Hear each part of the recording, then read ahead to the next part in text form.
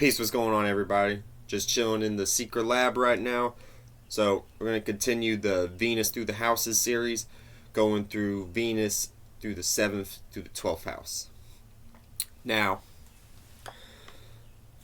Venus in the 7th house, this is an individual who loves just people and just connecting with people on a one-to-one basis.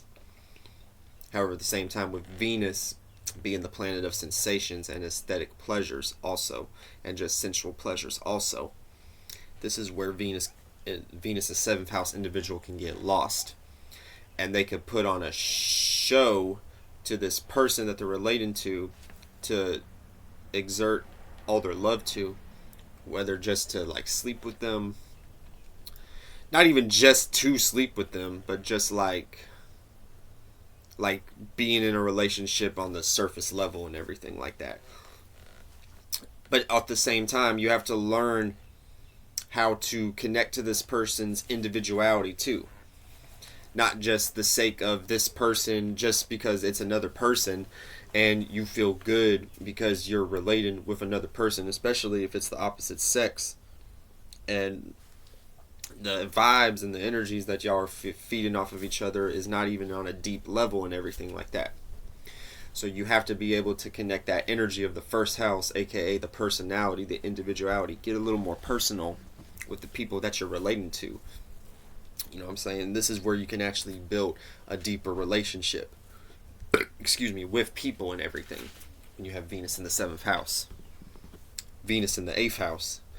Now when you have Venus in the 8th house, you're an individual who has an appreciation for all things mystical, more so on the occult end, on the hidden end. You appreciate the watery aspect of Mars. You love deep, passionate conversations with people.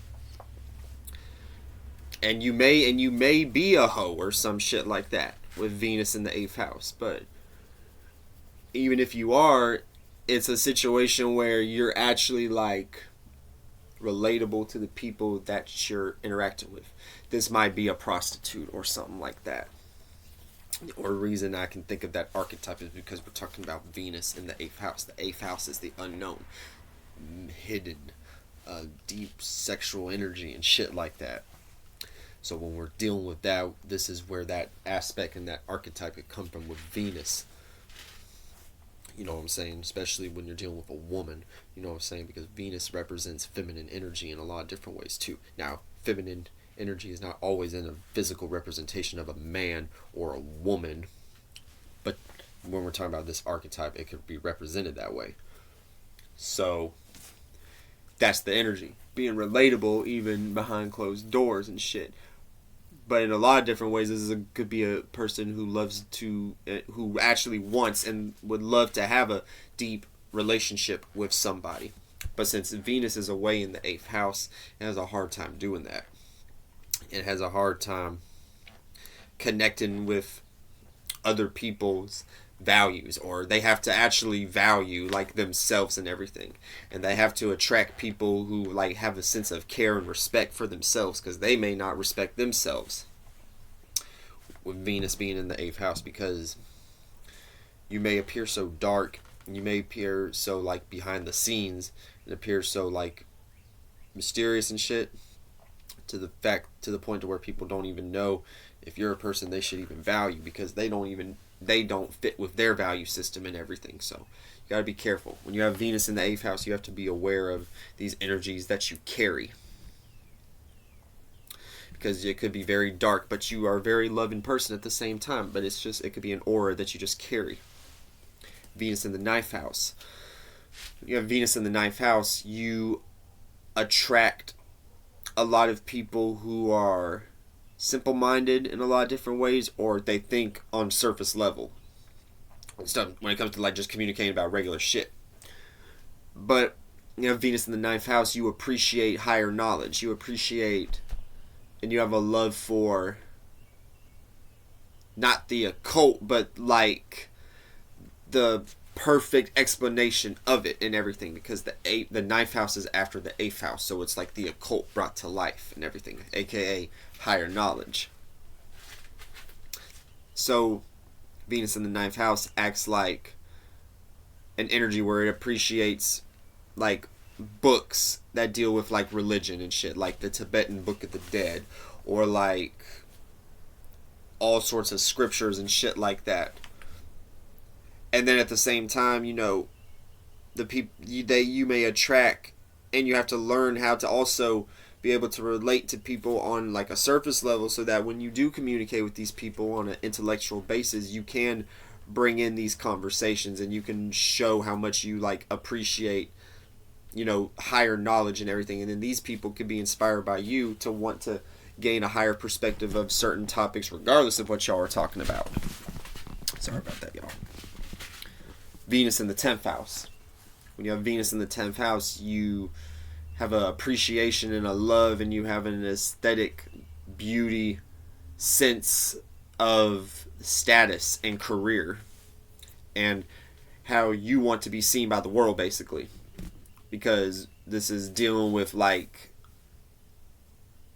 how the world sees you, like you're being broadcasted on television or on YouTube and everything. So with the Venus being in the 10th house, you have to understand that you have to learn how to be comfortable with being uncomfortable, aka taking that Venus in the 4th house and applying it to your 10th house.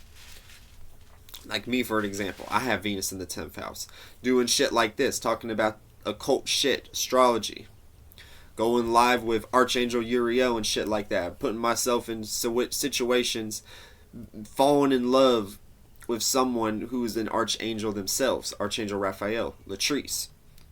And then also just being in situations where, you know, I've had to be comfortable with uncomfortable situations. Period. You know what I'm saying? But at the same time, it kind of comes with this love of the status. It's like, it's almost like an energy of wanting to go or willing to go through these situations in order to have a certain status or something like that. It may sound a little strange, but these are just different archetypes of the energy. Anybody who has this placement can play it out in different ways. When you have Venus in the 10th house, though, you have to appreciate the comfortability of being uncomfortable, because when you're broadcasting yourself, you're already putting yourself, like, the spotlight's on you, so you could fuck up at any time, and if you make a mistake, this mistake is broadcast around the whole world. And then the moon, which rules the 4th house, becomes uncomfortable because it is detriment in the 10th house. So the moon has to be like, this is bullshit, but okay, let me just broadcast myself. Venus in the 11th house. When you have Venus in the 11th house, you appreciate technology. You have a love for like gadgets and new technologies, and you're always up to date on like the newest fads and everything. And also you appreciate like associating yourself with people especially for a cause, because, you know, 11th house, humanitarian energy in a lot of different ways. Now what you have to learn with the Venus in the 11th house is you have to learn like how to kind of create a character around the things that you appreciate as far as technology and everything. If you love gadgets, you should probably create a fixated fire vision on how to attract other people who have creative minds like yourself, so that y'all can create like a certain like app or something like that, or a certain business. You know what I'm saying? Because the 11th house isn't just technology, it's also business associations, because the 10th house and the 11th house are both ruled by Saturn, and Saturn deals with business and structure, stability. So that's where that energy comes from. So you have to learn how to build an audience, basically, and build a vision so that people can gravitate towards this vision, and then you can create like the actual platform, aka an app, aka a business. Venus in the 12th house. Venus is exalted in the 12th house. So already what you have to learn is you can't go too far in anything love matters. You know what I'm saying? It's extremely, you may be you may not necessarily sleep with everybody, but you are, when you're in love, you're extremely clingy. You're extremely involved with the person that you're especially romantically involved with. So you got to be careful with that too, because this could create opposite energies of Venus going into the 6th house and falling. Now, you're so clingy, this other person may criticize the shit out of you, and this may hurt your feelings so much, it may bring that exalted Venus all the way down to where you start talking down on yourself, and you shouldn't do that, because you are a very loving person when you have Venus in the 12th house. But you have to be careful, because you just go overboard when it comes to the Venus energy.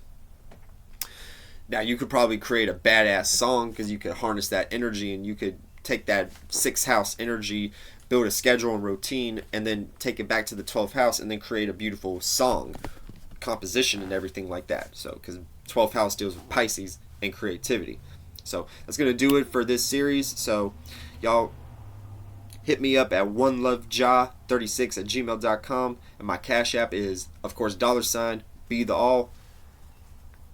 And y'all also check out my woman's page, Black Bell Jane. That's the Archangel Raphael in the that's the Archangel Raphael in the flesh. All right, y'all take it easy. Peace.